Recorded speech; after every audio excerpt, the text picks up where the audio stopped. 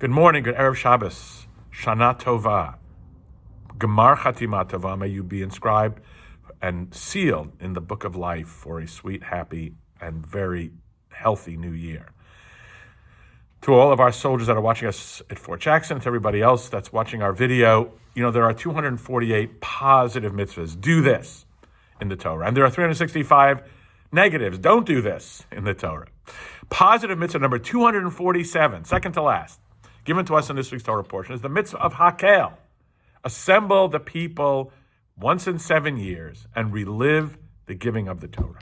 Now, what is it about this mitzvah that requires it to be given on the very last day of Moses' life? Well, the simple answer is that only now that it has been established that Moses is not coming with us. As long as Moses is in the picture, the experience of receiving the Torah at the foot of Mount Sinai goes on and on. But now that it's official, that Joshua is replacing Moses, even though Moses pleaded with God for an entry pass, he was denied. So, once in every 7 years, we have to replay the whole giving of the Torah. That becomes really important without Moses in the picture. It also explains the very last mitzvah, number 248, that Moses gave us, which is that everyone must write a Torah scroll for themselves. Now, today, we can do that mitzvah every time we buy a Torah book for your home, or actually participate in the actual writing of the Torah.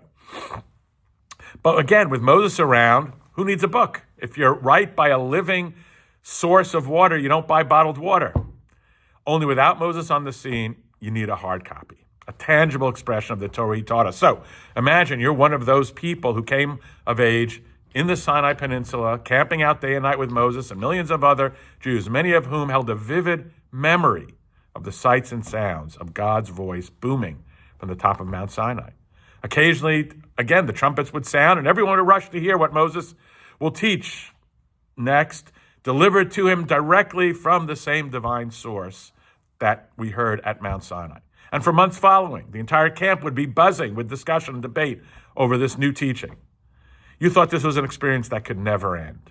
If it would end, how could such a nation possibly continue to exist?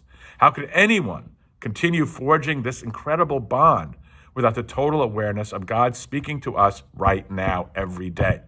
No, you would say. We're holding on to this for eternity. Moses can't leave us, ever.